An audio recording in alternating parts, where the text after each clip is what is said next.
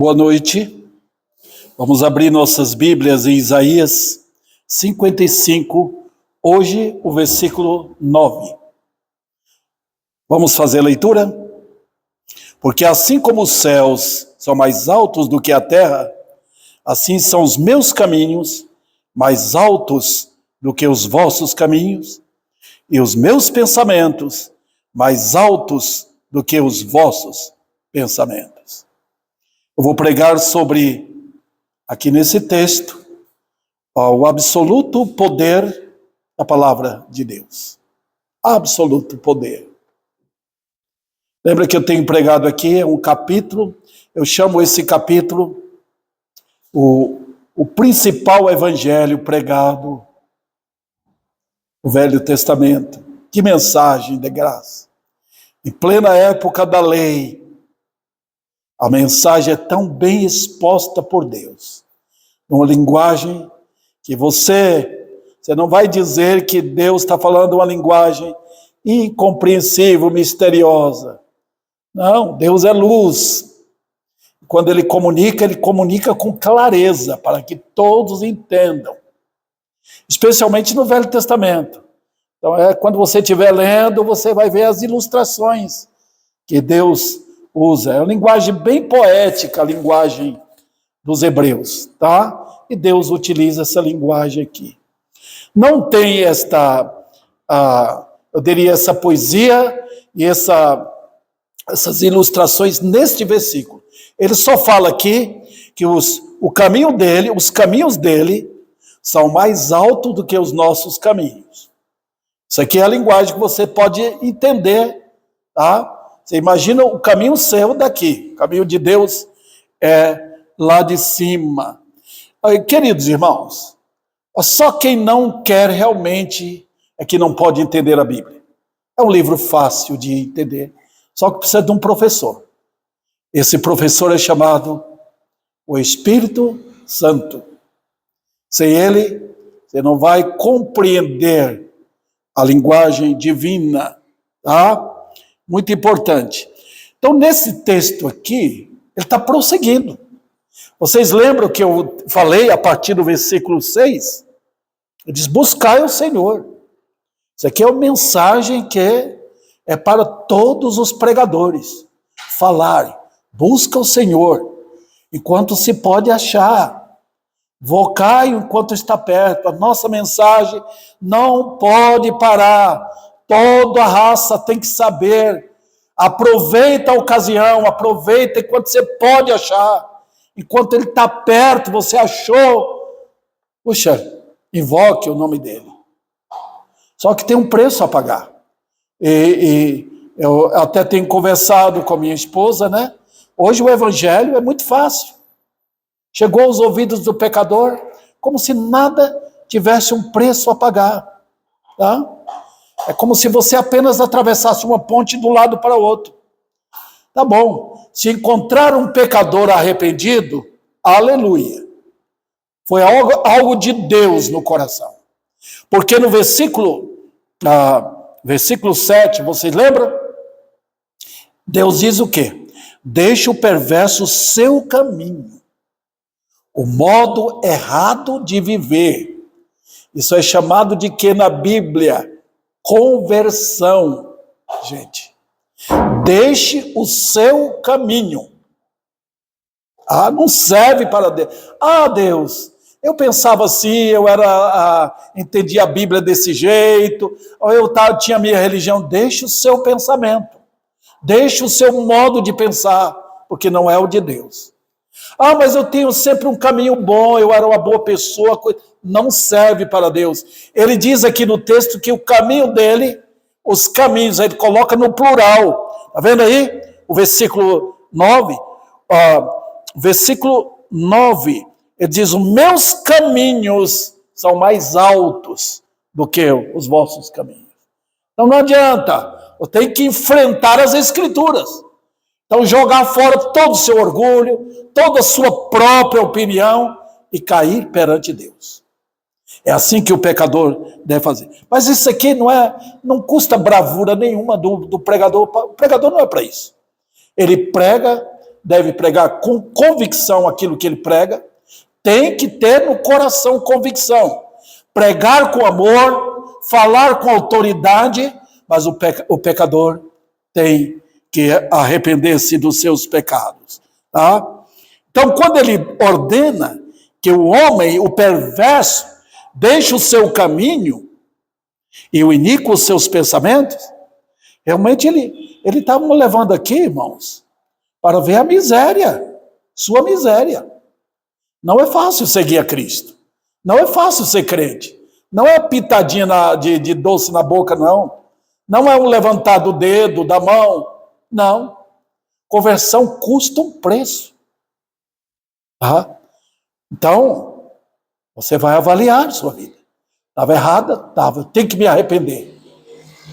Arrepender dos meus maus caminhos, meus pensamentos errados. Então a Bíblia está falando aqui com o intelectual. Joga fora o seu intelectualismo. Sua religião, você é religioso. Aquilo que você pensa fora da palavra de Deus não vale. Ah, mas eu era de boa moral, uma boa pessoa, também não vale. Não tem valor para Deus. Volte para ver os caminhos de Deus. Ele diz aqui, meus caminhos são mais altos do que os vossos caminhos. Ah, então vamos lá. Como ele faz isso? Ele mostra a grandeza e é tarefa minha pregar sobre esse texto. E eu tenho que esclarecer isso a todos. Eu então vou falar hoje aqui, irmãos, a diferença vista na distância vertical. O que eu quero dizer com isso? Eu quero dizer que eu tenho que olhar para cima. Eu tenho que olhar e ver quais são os caminhos de Deus. O que ele está querendo dizer? Lembra que Jeremias falou isso para o povo de Israel, no tempo quando ele estava pregando como profeta? Ele falou, volte para as veredas antigas. Volte. Deus está falando, olhe para Abraão, olhe para Moisés, olhe para Josué, olhe para Jacó, olhe para José, vê os patriarcas, vê nesses grandes homens, quais foram os caminhos que eles andaram, quais as veredas que eles andaram. Eram veredas tortuosas, não eram meus caminhos. Eles trilharam o caminho meu, os caminhos meus. Então, queridos irmãos, vamos ver. Vou falar hoje à noite sobre os caminhos de Deus. A primeira diferença vista na distância vertical. Ele diz o quê? Olha o texto. Porque assim como os céus são mais altos do que a terra, está vendo? Ele mobiliza o homem. Nós temos o costume de olhar para o horizonte. Nós olhamos para o mundo. Nós olhamos para aquela religião. Olhamos para aquele homem que é muito bom. Olhamos para a cultura do mundo. Olhamos para os caminhos do mundo. Deus diz, olhe para cima. A ideia de olhar para cima aqui não é para ficar com a boca aberta olhando para cima. É para pensar, meditar, entender o que a Bíblia fala dos caminhos de Deus. Se você perceber, Raabe, aquela prostituta que se converteu logo ali na entrada da cidade dela, de Jericó, ela por muitos anos, ela esperou, porque ela meditou nos caminhos do Deus de Israel. E ela se converteu por causa disso. Veja, queridos, os céus são mais altos do que a terra, e nós aqui, olhando para o mundo, olhe para o alto. E isso aqui é importante para nós, porque Deus nos leva a essa altura. Vamos lá. Primeiro, não há como dimensionar a distância. Deus fez os céus tão longe, tão distante de nós, que não tem como dimensionar. Os grandes e cultos cientistas do mundo, em especial nos Estados Unidos, eles lutam todos os dias para tentar chegar, conhecer onde tem planeta. Eles querem a todo custo descobrir se tem um planeta com água capaz de levar o homem para lá para habitar, mas a distância é imensurável. Alguém para sair daqui, por exemplo, para habitar no outro planeta, ele morreria na estrada, por assim dizer. Um cometa ou um trânsito mais veloz que tiver, um foguete, não dá para chegar. Tem distâncias inimagináveis e não chegamos ao fim. Você está olhando para a Terra. A Terra é assim. Você vai olhando, ela vai dando, você vai descendo, voltando, você não chega. Você vai ficar rodeando na Terra. Então, vamos lá. E outro detalhe aqui, queridos irmãos. Nós somos limitadíssimos aqui na Terra. Limitados. Quanto mais olhando quando a Bíblia trata das alturas dos céus. Deus diz, os meus caminhos são mais altos que os vossos caminhos. Então, você está lembrando aqui, você quer ir para o céu? Você vai morrer um dia, você vai subir? Você quer subir? Os meus caminhos são mais altos do que os vossos caminhos. Você quer escapar de cair no abismo? Então olhe para cima, veja o meu caminho. Vamos lá. Quando, irmãos, trata dos grandes feitos de Deus, e a Bíblia trata dos grandes feitos de Deus. Nós tenho procurado aqui, irmãos, eu posso falar com toda a singeleza do meu coração, com humildade. Eu nunca deixei de pregar a palavra de Deus aqui. Ninguém pode dizer que Davi Sena falhou. Sempre preguei o que está escrito. Procuro gastar meu tempo com esse livro aqui, para vocês saberem que é Deus que está falando. Não sou eu, não é outro pastor, não, nada disso, irmãos. Deus está falando. Então nós estamos entrando aqui em conhecer o Deus da Bíblia. Nós não estamos lidando com Maria. Não tem Bíblia dela. Não tem Bíblia desses eles beatificaram os santos aí. Não tem. Nós estamos lidando com o livro de Deus. E desse livro o diabo tem medo. Tá? O mundo tem medo desse livro. Porque é o livro de Deus. Outro detalhe aqui, irmãos. Lidamos com o Todo-Poderoso. Ele é Deus. O Todo-Poderoso. Então não tem jeito da gente imaginar. Então quando ele comunica conosco, ele está comunicando os caminhos dele de modo que eu possa entender. Vamos lá. Na Bíblia, vamos entrar nas Escrituras, a Bíblia fala de 3 céus. Paulo fala lá em capítulo 12, de 2 Coríntios, que ele foi arrebatado até o 3º céu. Paulo fala sobre isso. Foi uma visão, irmãos, foi uma experiência gloriosa que Paulo teve. Tá? Por que Deus deu essa experiência para ele?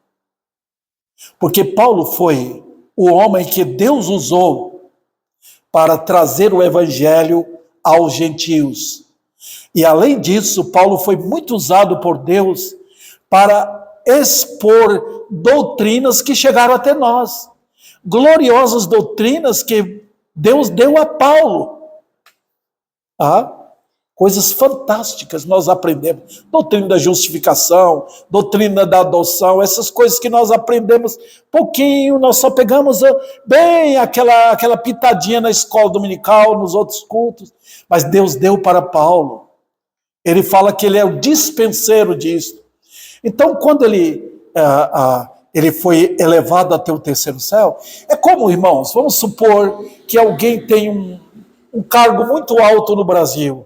Tá? Ele é um embaixador, então ele vai lá, ele vai no país, ele vai na Espanha, ele vai na Itália, ele vai na França, ou ele vai nos Estados Unidos, ele vai visitar esses grandes países, porque ele representa aqui. Paulo foi.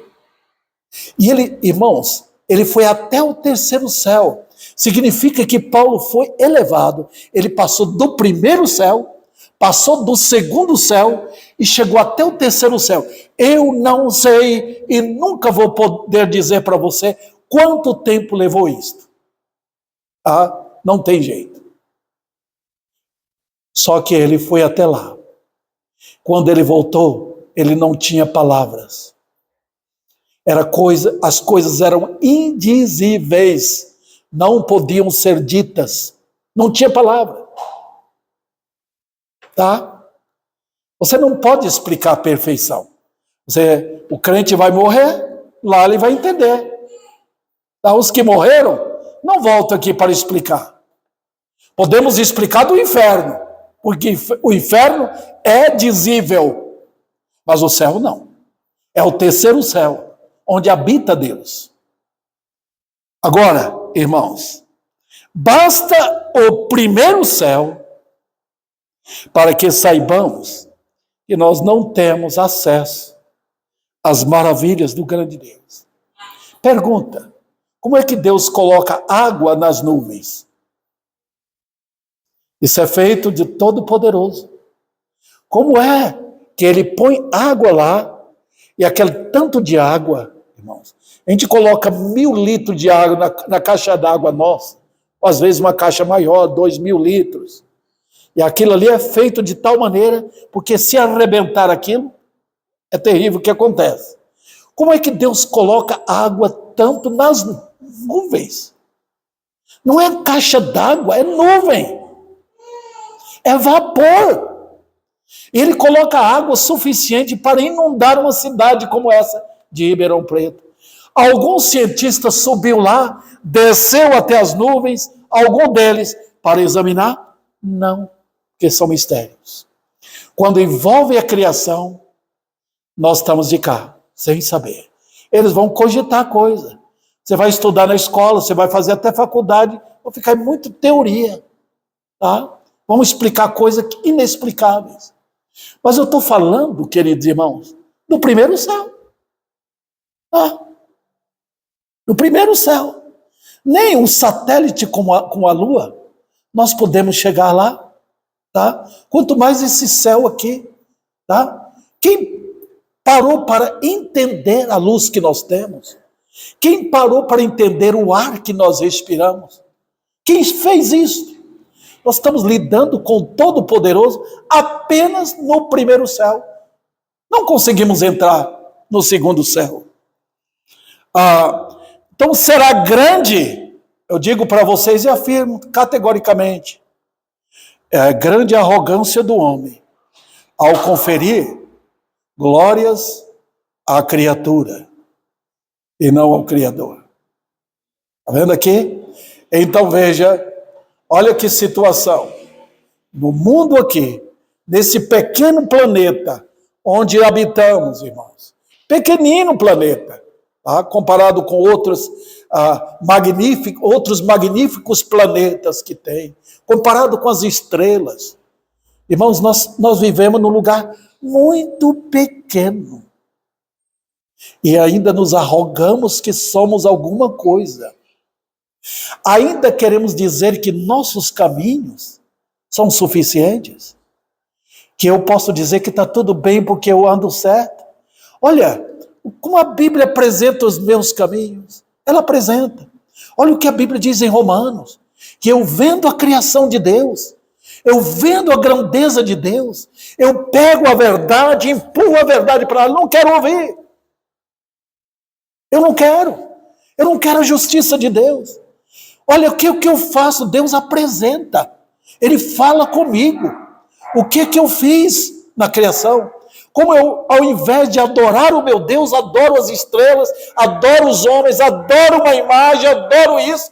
Não temos vergonha na cara de dizer que nossos caminhos são bons caminhos. Olha como Deus denuncia os meus caminhos. Ele sempre fez isso. E Deus fez com amor. E ele também mostra que o final dos meus caminhos é no inferno. Eu descerei para lá. E aí? Então, queridos, o que podemos fazer no que tange as distâncias existentes no segundo céu? Você já conheceu as estrelas? Quantos bilhões e bilhões? Eu não esqueço. Acho que foi Jessé que falou para mim que tem mais estrelas no céu do que areia na praia do mar. Imaginou? E agora, Deus está falando dos caminhos dele. Então, onde está o lugar de habitação de Deus? Onde está? Eu posso aprender? Pode. Como é que eu faço? Eu vou subir. A melhor coisa é subir. Como é que eu posso subir? Pela bela palavra de Deus. Veja, queridos, como a graça faz. Quando a graça pega um homem ou uma mulher para salvar, ele tira desse vale daqui e eleva até as alturas por meio do poder da palavra de Deus. Veja como Deus fez com Paulo. Sempre estou usando a ilustração dele. Mas Deus tirou daquele ambiente de mentira, na religião dele. Ele achava que o caminho dele era o caminho certo. Mas quando ele conheceu Jesus, ele pegou tudo o que ele pensava e jogou fora. Falou, é lixo isso, não serve para mim. Eu conheci a Cristo. Então, esse conhecimento é uma elevação do homem para conhecer as maravilhas de Deus. Como é que eu vou saber dos caminhos dele? Vamos lá. Entendendo é o segundo ponto aqui. Entendendo os caminhos de Deus. O que ele diz no texto? Ele diz, os meus caminhos não são. Tá vendo? Os meus caminhos são mais altos do que os vossos caminhos. E aí eu tenho que entender. Vamos nos humilhar e elevar-nos a esses caminhos de Deus. Ele não vai se rebaixar. Não, Deus só desce quando vê um pecador caído. Ele não vai conversar com um pecador arrogante.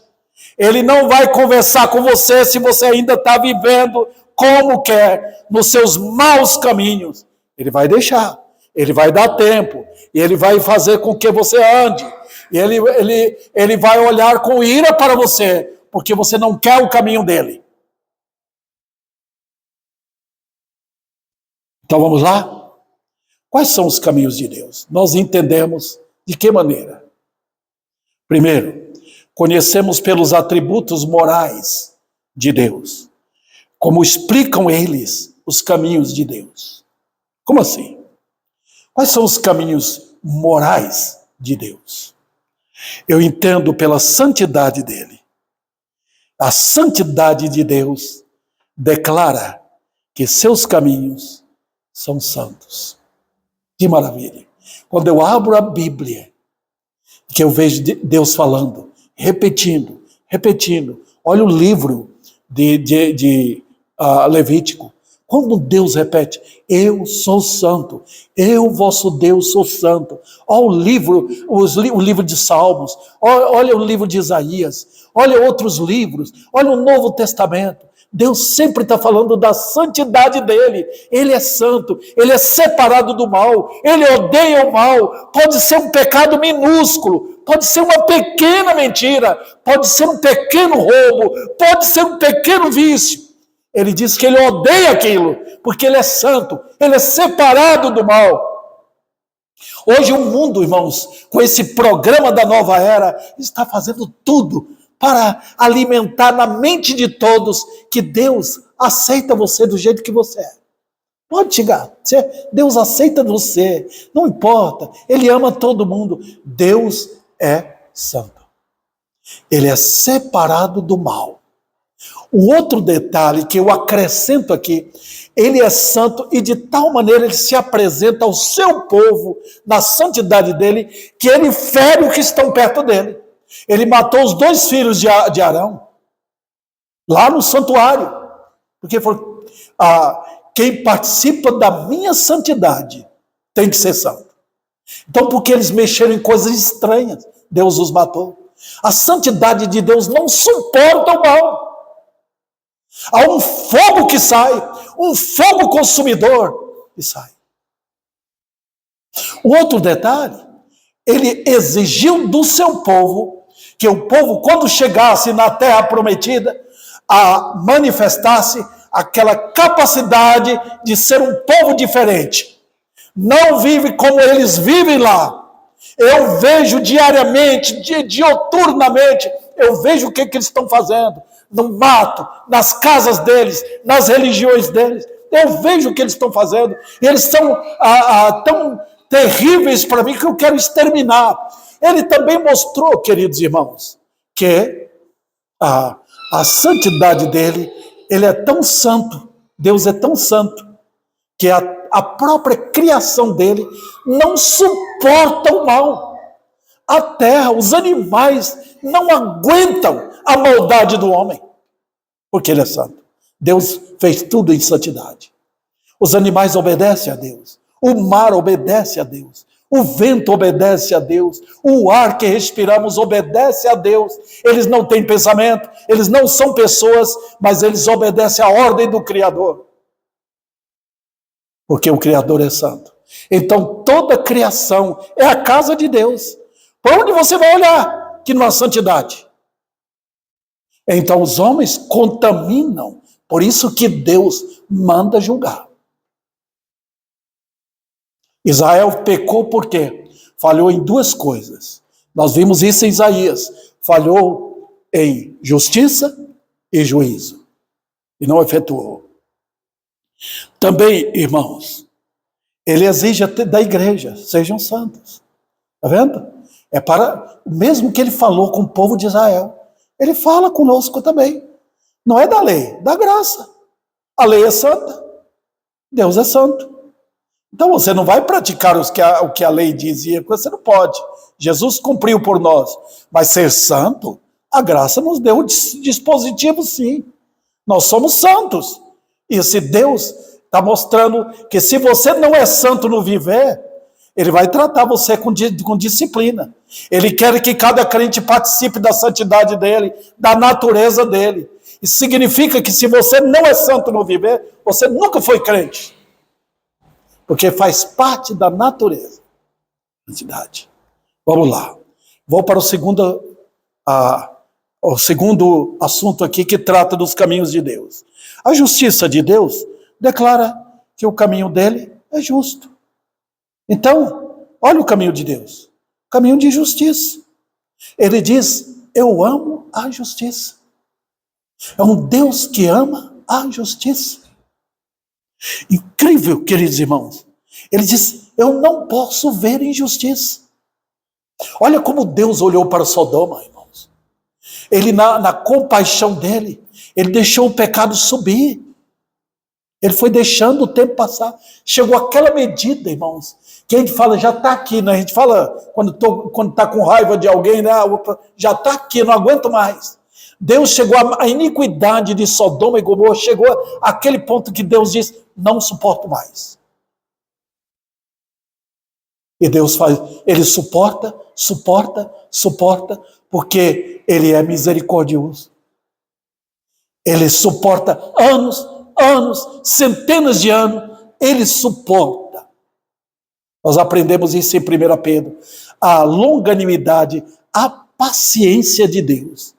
Mas quando ele vê os caminhos dos homens, com tanta maldade, ele vai julgar.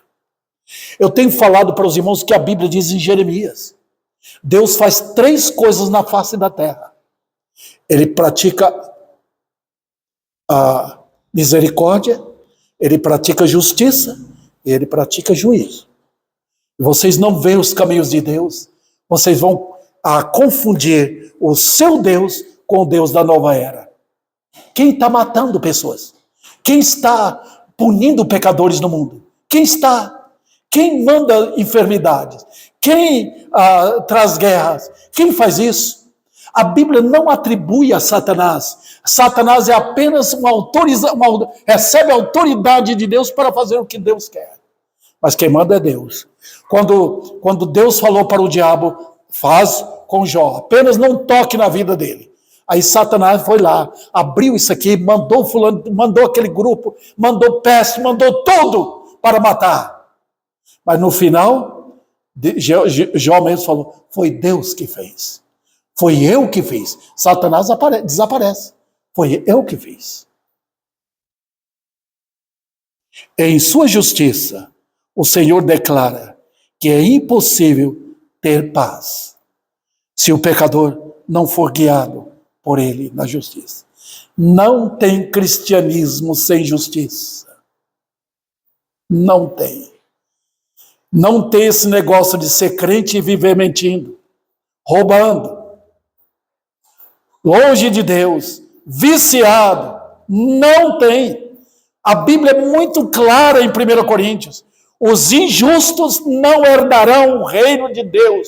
Não tem lugar no reino de Deus para viciados, sodomitas, ladrões, adúlteros, fornicários. Não tem. Que vive nessa prática. Porque o caminho do Senhor é caminho de justiça. Ele mesmo fala, que o salmista diz o quê? Guia-me pelas veredas da justiça. Por quê? Por causa do nome dele. Vamos, em segundo lugar. Os caminhos de Deus revelam que há felicidade em Deus mesmo. Impressionante. Então, veja bem, o que o cristianismo quer? O que nós pregamos? Nós pregamos que a felicidade não está no pecado. O mundo hoje quer dizer que felicidade é pecar. E que Deus quer isso, quer nossa felicidade. Você transgride a lei de Deus e quer ser feliz? Deus diz que é miséria aquilo. É miséria. Ele não está de acordo, ele está furioso. A ira de Deus todo dia marcante ali, olhando o pecador, querendo fulminá-lo da face da terra.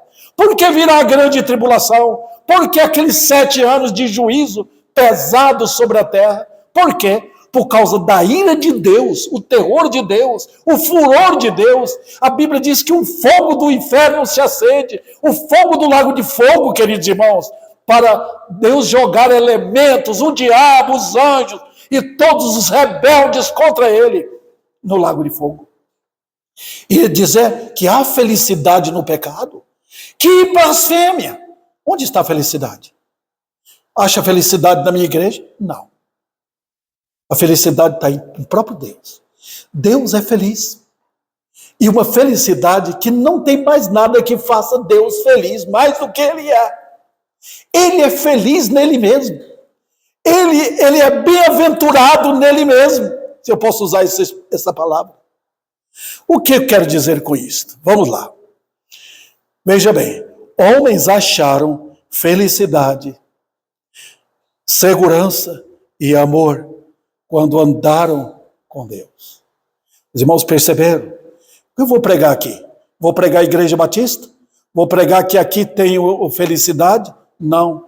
Eu vou pregar sobre a cruz, sobre o Cordeiro de Deus, sobre o Senhor da Glória. Ele veio e ele conquistou isso para a raça caída. Ele veio para trazer tão grande salvação que há nele. Ele diz, vinde a mim, porque nele, em Jesus, habita corporalmente toda a plenitude da divindade. Então, quando um pecador se converte a ele, o pecador acha essas coisas. Sou feliz com Jesus. Se paz a mais doce me deres gozar. Há felicidade nele? Sim. Eu só acho nele. Nem no céu. O céu é lugar de glória, porque quem brilha é a glória do Cordeiro lá. Não é um lugar que Deus preparou para, vou passar a eternidade lá. Não, é lugar de perfeição, porque é Cristo. Então, olha Enoque, irmãos. Enoque viu aquele mundo caínico, um mundo jogado no pecado naquele tempo. Enoque foi atraído pela graça. E diz a Bíblia, a simplicidade da vida de Enoque. Enoque andou com Deus. E pela idade que o homem tinha naquele tempo, Enoque foi arrebatado ainda adolescente, com 360 anos. Olha, queridos, felicidade, segurança e amor, quando esses homens andaram com Deus. E andaram tanto que a Bíblia diz a respeito de Abraão, ele deixou tudo aqui, deu adeus para tudo. Toda aquela riqueza que estava à disposição dele, ele abandonou tudo. Eu vou para a cidade construída, não por mãos humanas. Ele que viveu em tendas aqui, ele diz, agora tem uma cidade permanente, me esperando lá na glória. Eu estou indo para lá. Isso é, irmãos, o caminho de Deus. E ele anuncia esse caminho, esses caminhos, pela sua palavra. Outro detalhe. A justiça e o juízo proclamam que outro caminho findará em destruição. Ó pecadores, por que viver no pecado? Por que viver em rebeldia contra o Senhor? O seu caminho, por onde você está indo, nos vícios, na miséria, na mentira, na imoralidade, em tudo, e todas essas coisas estão te empurrando. A própria criação de Deus que você usa para o seu prazer pecaminoso, essas coisas estão te empurrando para o abismo. Converta-se a Cristo, urgentemente. Outro detalhe aqui importantíssimo. Deus sempre revelou à raça caída o quanto ele é amoroso, que ele tem um final de eterna felicidade, e aos que se humilham e buscam sua salvação, ele concede isso. Como é que Deus faz isso? Vinde à igreja, vinde me louvar, vinde me adorar. Não. Ele não fala isso. Ele não está chamando ninguém para adorar. Tem fé em mim que eu vou abençoar. Não! Ele está dizendo, bem-aventurado aquele que tem os seus pecados perdoados, suas transgressões perdoadas, seu pecado coberto. É isso que Deus faz. Cristo Jesus veio ao mundo para quê? Para ganhar um grande número de pessoas para adorá-lo e ficar pulando lá. Não. Ele tira o pecado do mundo. Jesus veio para pôr o seu dedo exatamente no veneno que está marcando homens e mulheres neste mundo, para jogá-los na perdição eterna. Ele tira o pecado do mundo. Isso nos satisfaz? Andar com Deus aqui, seguro estou, não tenho temor do mal, sim guardado pela fé em meu Jesus. Para no final, quer felicidade? Olha o que você vai ter. Olha quando a luz brilhar, quando o portão da glória abrir e você entrar para deixar a miséria do passado de lado, onde não tem mais morte, não tem mais tristeza, nem dor.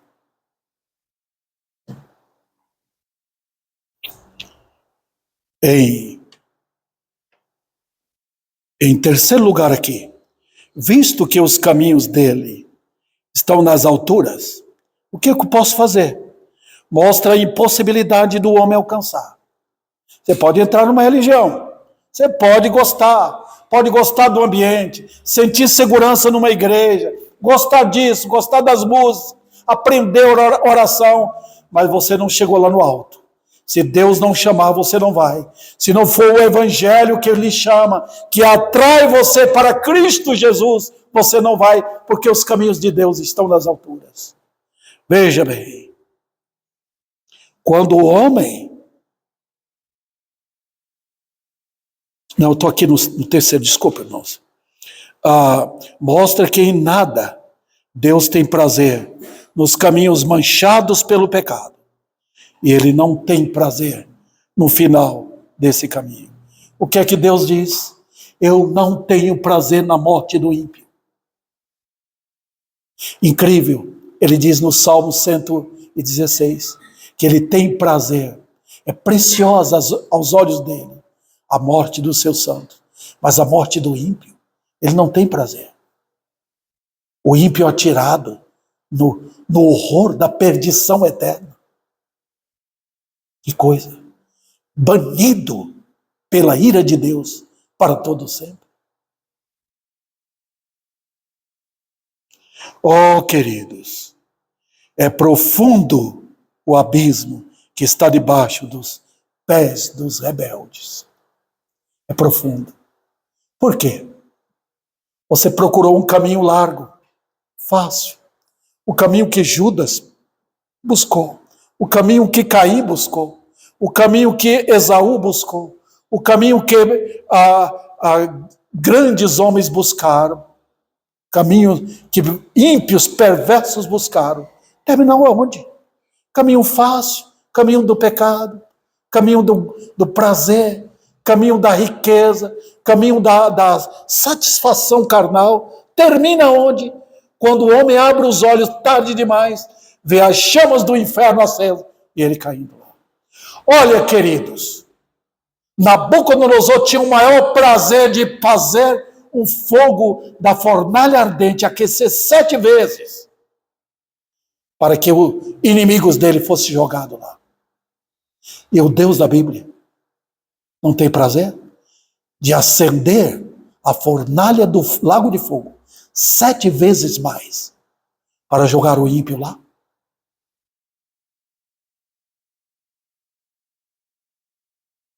Lembra de Coré, Datã e Abirão? O que ele falou? Aqueles 3 homens, Deus colocou no lugar certo. Deixa aí, sai de perto.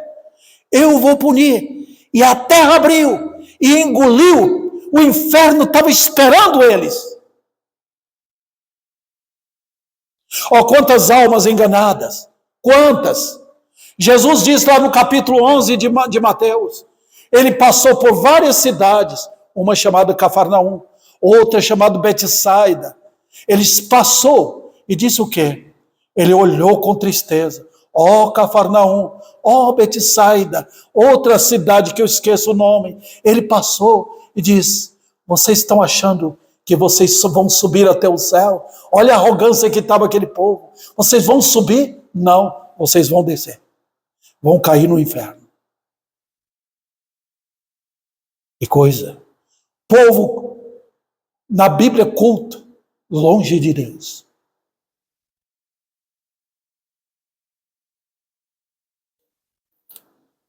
Eu vou passar para o último ponto aqui.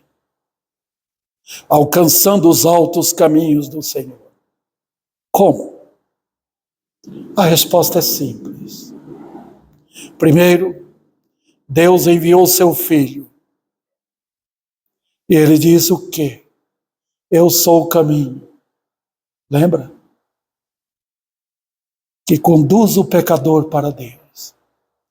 Ó, quantas pessoas entrincheiradas nos erros de falsos mestres, olhando para elementos enganadores, que curtem o dinheiro deles, os bens deles, para tomar tudo. Ó, quantos apaixonados por seitas, quantos estão ligados aos erros, e cai lá, como peixes caem nas redes. Olha, queridos, quantos estão olhando e confiando nos ídolos, querem unir Jesus com Maria, querem unir Jesus com outro santo, querem unir Jesus com outras religiões, querem colocar Jesus como profeta. Escuta, que perigo, que perigo. É blasfêmia, porque Deus enviou o Filho dele ao mundo. Não enviou um Elias para salvar, não enviou um Moisés para salvar, nem um Eliseu que fez tantos milagres. Não, ele enviou o Filho dele. Judas foi para o inferno, porque amou o mundo. Pedro calou, porque estava confiando em si, e negou o Senhor 3 vezes. Todos fugiram. Só ele enfrentou sozinho. Não chamou a mãe dele, não chamou outro, não chamou Pedro. Não, sozinho foi que o Salvador sofreu lá no jardim e foi até a cruz. Sozinho. Para abrir o caminho. E ele abriu? Sim.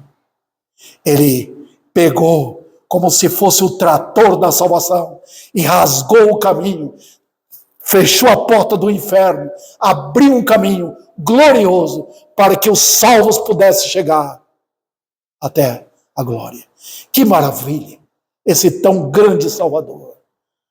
E você não vai querer esse caminho? Deus apresenta. Esse é meu alto caminho, meu filho que veio ao mundo. Dê ouvido para ele. Ouve. Jesus fala, olhai para mim, todos os moradores da terra, vem em Ribeirão Preto, vem em São Paulo, vem no Brasil, olhe para mim e sereis salvos.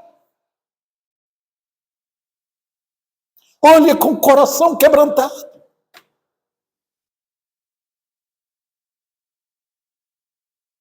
Ah, meus queridos, como fazer?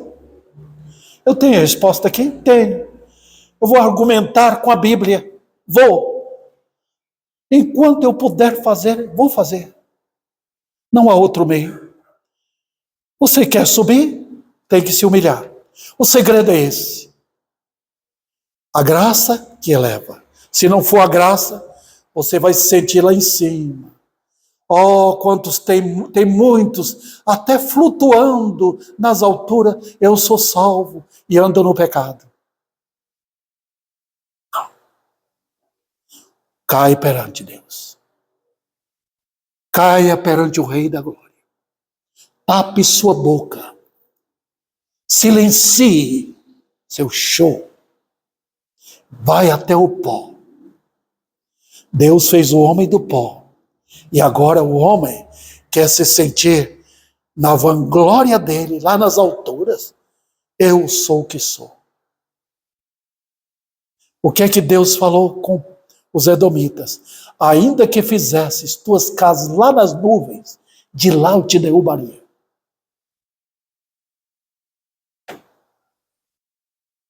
Oh, queridos. Outro detalhe é que Deus só desce para falar com o homem quando o homem está no pó. O Criador volta. Está vendo? Ele não vai ter nojo do pecador. Ele vem em compaixão. Ele vai ver o homem no pó. E é ali que ele fala. É ali que ele faz a nova criação. É ali que ele vai soprar o sopro da vida que é em Cristo. Está vendo? Então, quando o homem se vê sua dignidade, que é lixo, indo para o inferno, como um lixo na correnteza indo em direção ao despenhadeiro, uma catarata. Quando o homem vê sua dignidade do inferno e não do céu, é que Deus fala com ele. Então ele clama. Como vai clamar por um Salvador? Se ele nunca se viu perdido? Nunca. Como Jesus vai salvar? Se o pecador nunca viu sua miséria? Nunca. A vida está boa para ele. A vida está boa. Eu vou morrer, a morte virá, vou descansar em paz. Não. Se não clamares pelo Salvador que veio tirar o pecado do mundo, se não houver isso, está perdido. E então, encerro aqui. Quando a graça toma o homem, ele é levado às alturas. Aí ele vai dizer, eu ando com Deus. Abominei minha vida errada. Joguei meus vícios fora. Eu ando nas alturas. Ele perde o medo. Ele tinha medo aqui. Porque ele via que ele era o inimigo de Deus. Ele não tinha segurança. Mas agora ele anda com Deus. Foi reconciliado com Deus. E agora ele anda numa segurança. E pode vir o diabo. Pode vir a morte. Pode vir qualquer coisa. Estou livre. Estou seguro. Pronto.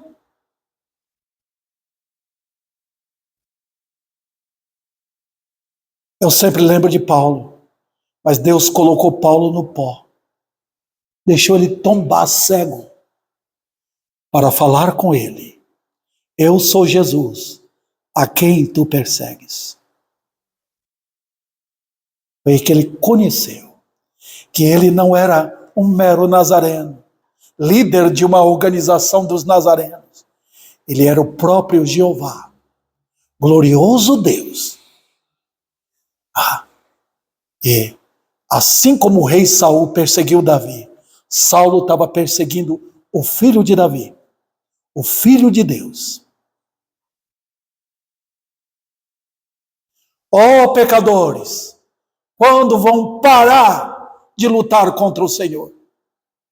Não queres chegar até a cruz de Cristo, olhar para aquele que morreu em seu lugar? arrependido dos seus pecados? E converter a Ele agora mesmo? Ó igreja, crentes, andem na palavra, andem em oração, subam aos céus, andem com Deus nas alturas da comunhão. Andem. Deixe o mundo. O mundo não tem nada que presta para nós. Que o Senhor aplique a sua palavra em cada coração.